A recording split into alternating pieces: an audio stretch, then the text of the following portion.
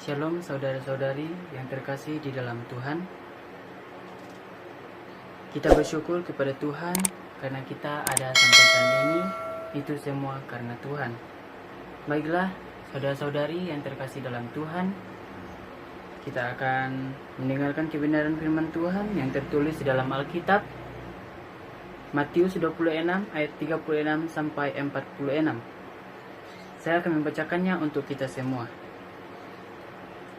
Judul perikop di Taman Getsemani. Ayat yang ke-36.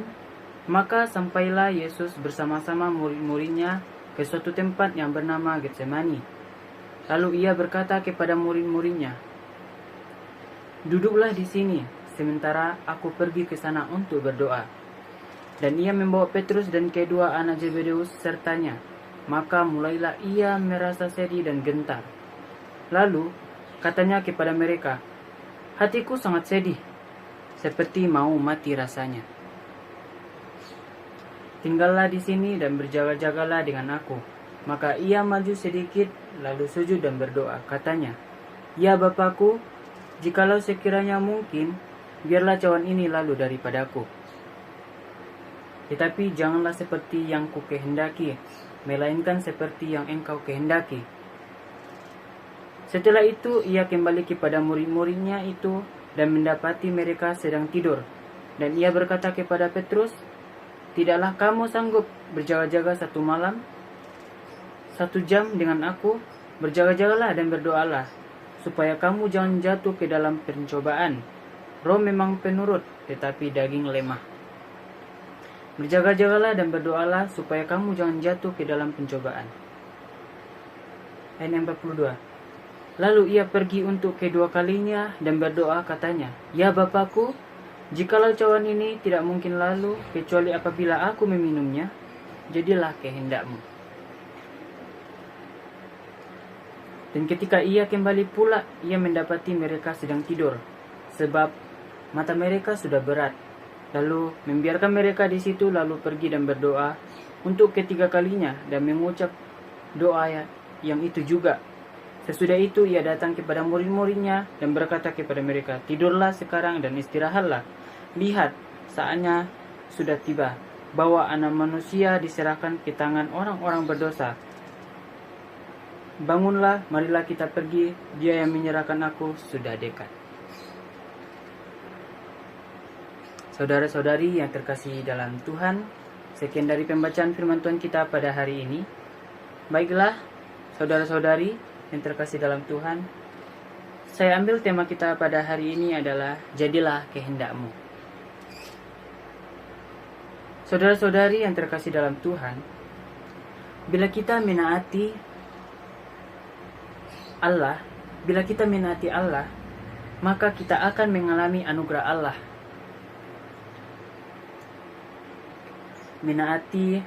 Mengalami anugerah Allah yang luar biasa dalam hidup kita. Kita akan menerima penghiburan, kekuatan dan hikmat. Dia akan menyediakan semua kebutuhan kita dan mengisi hati kita dengan kebahagiaan yang tidak bisa dibanding dengan apa yang diberikan oleh dunia ini. Saudara-saudari yang terkasih dalam Tuhan,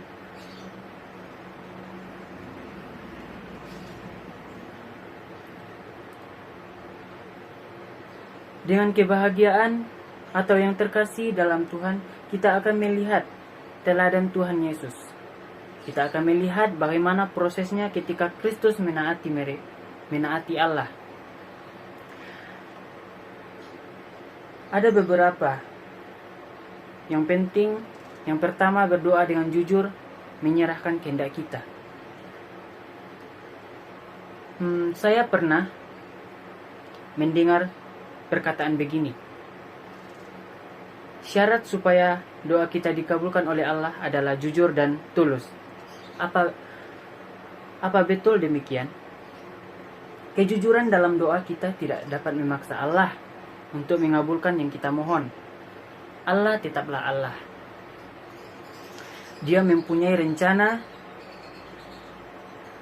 dan kebijaksanaan yang sempurna. Oleh karenanya, tidak semua doa yang tulus dikabulkan.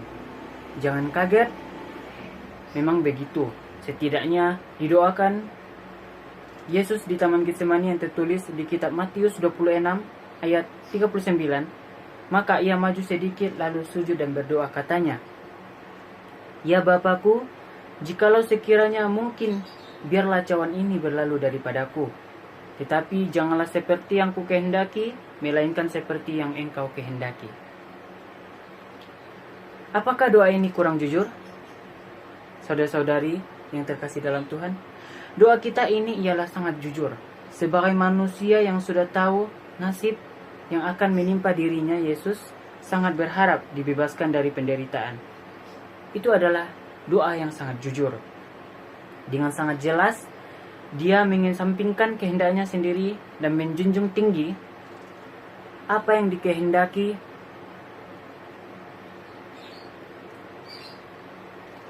sendiri dan yang dikehendaki oleh Allah Bapanya. Lalu, apa yang dialami Yesus?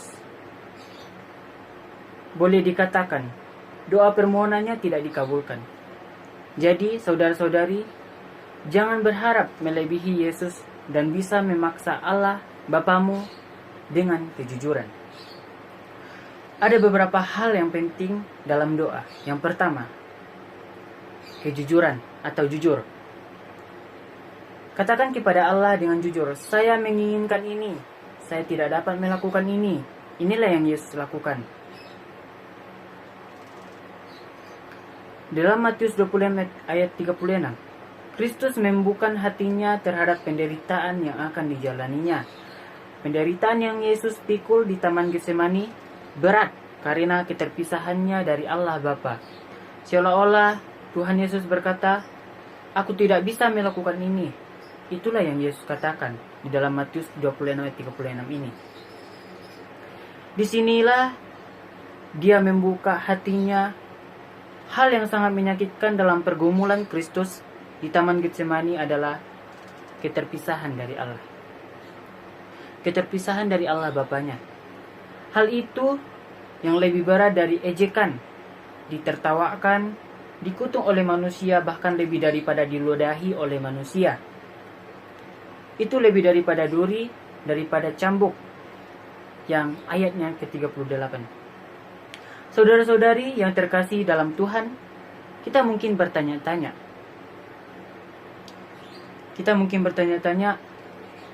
Apa yang telah terjadi?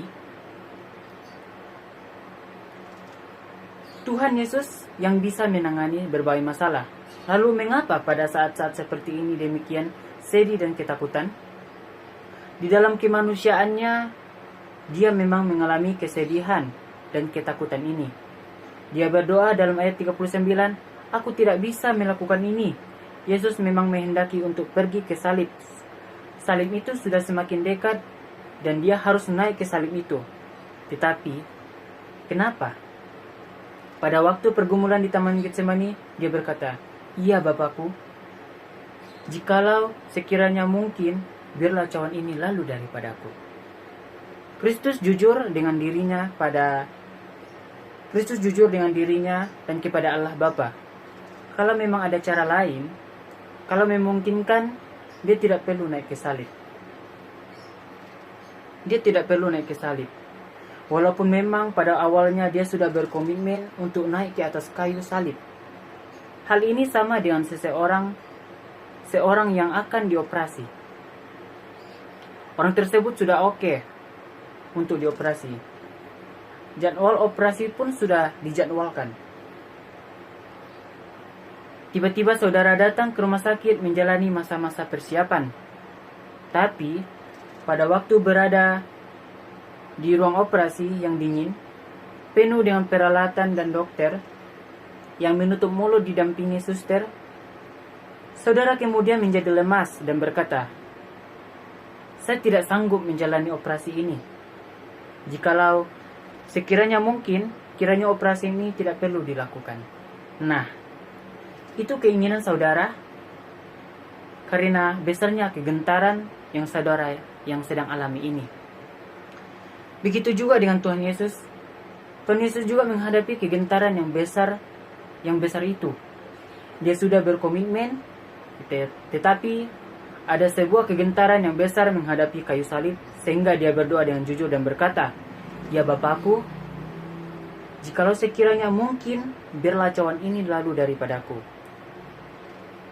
Yang dia berdoa dengan jujur, "Aku sulit melakukan ini." Dan dia berkata, "Aku sulit melakukan ini." Saudara-saudari yang terkasih dalam Tuhan, apakah doa Tuhan Yesus ini menyatakan bahwa dia ingin menghindarkan diri dari misinya mati di kayu salib? Atau apakah doa itu menunjukkan bahwa dia ragu-ragu untuk melanjutkan pekerjaannya sehingga ada kesan dia ingin menyerah di tengah jalan? Sekali-kali tidak, bagi saudara-saudari. Sekali-kali tidak. Tapi mendengar suatu doa yang jujur, apakah kematian di atas kayu salib merupakan satu-satunya cara menyelamatkan manusia berdosa?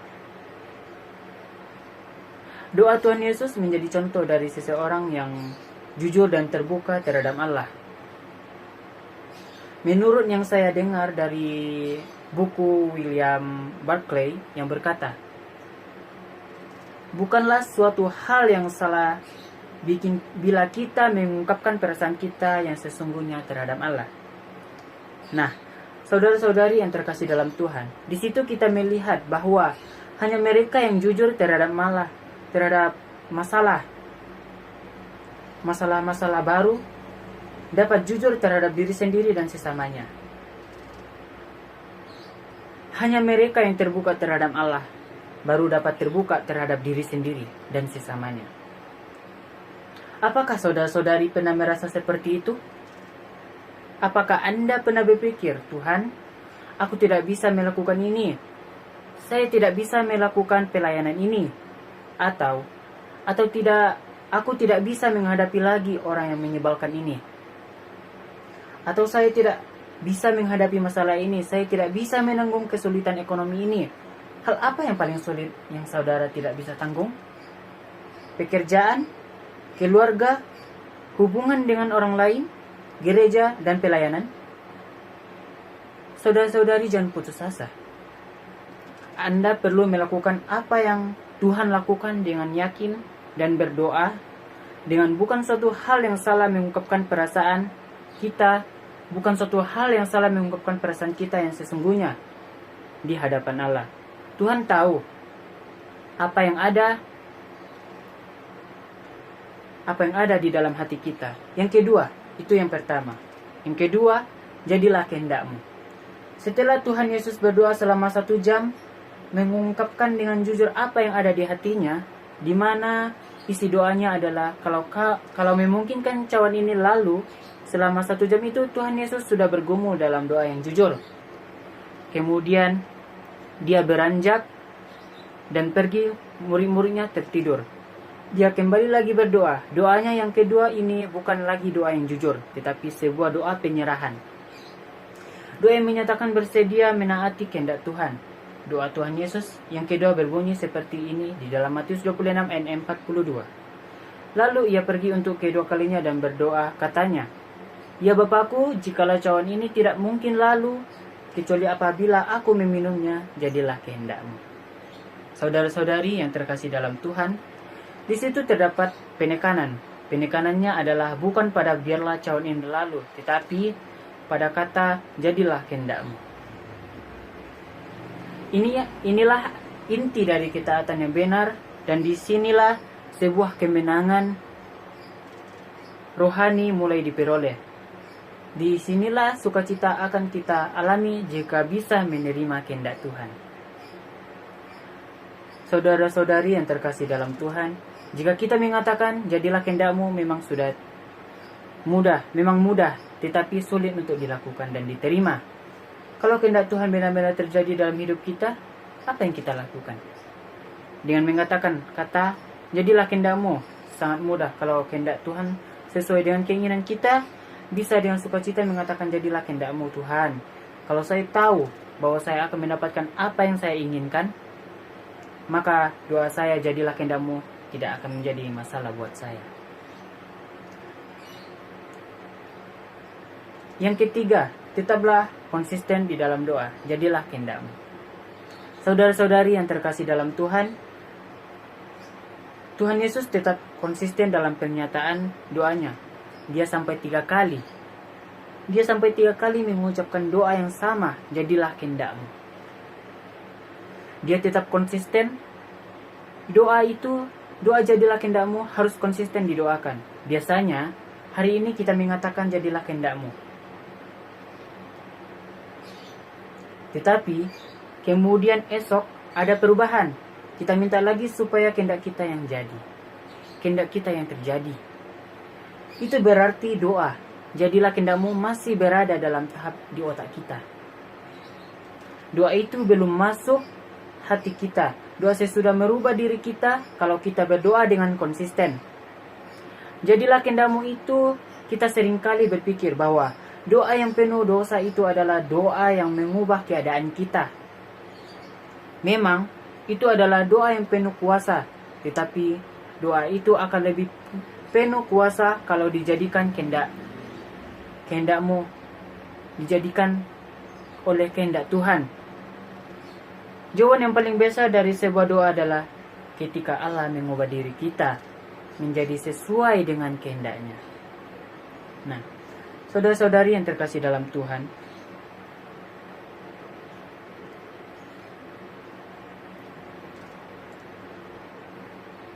kalau kehendak Tuhan dan kehendak saya berbeda dan saya mesti menyesuaikan kehendak saya dan kehendak Tuhan, maka disinilah masalahnya. Saudara pasti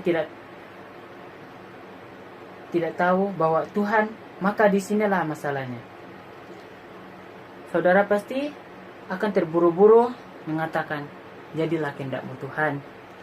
Jadilah apa yang Engkau kehendaki dalam kehidupan kami Tuhan. Itulah yang kita harus katakan. Itulah yang kita katakan dalam pergumulan kita.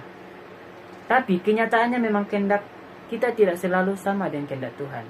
Kita ingin anak perempuan, misalnya kita ingin mempunyai anak perempuan, tetapi Tuhan beri anak laki-laki. Kita ingin untung yang gede, yang besar, tetapi Tuhan beri untung yang kecil. Seringkali kita alami, Tuhan malahan kelihatannya lama sekali memberikan pertolongan. Pada saat kita bertindak lambat, Tuhan yang bertindak cepat. Ketika saya berdoa untuk kesembuhan orang yang kita kasih, justru orang itu meninggal. Tuhan malah mengizinkan ketika kita berdoa untuk supaya mereka meninggal cepat karena kita kasihan, malah Tuhan mengizinkan orang itu hidup lama dalam penderitaan. Inilah doa yang paling sulit didoakan dan sering kita pergumulkan. Nah, baiklah saudara-saudari yang terkasih dalam Tuhan, pelajaran yang kita ambil dari firman Tuhan pada hari ini adalah tetap berpegang teguh dan percaya diri. Apapun percobaan yang diberikan Tuhan kepada kita, kita tetap percaya bahwa Tuhan adalah juru selamat kita dan tempat pengharapan kita. Saudara-saudari yang terkasih dalam Tuhan, mungkin sekian dari firman Tuhan kita pada kali ini. Kiranya Tuhan memberkati kita semua, saya, saudara seiman. Akhir kata saya ucapkan terima kasih. Shalom.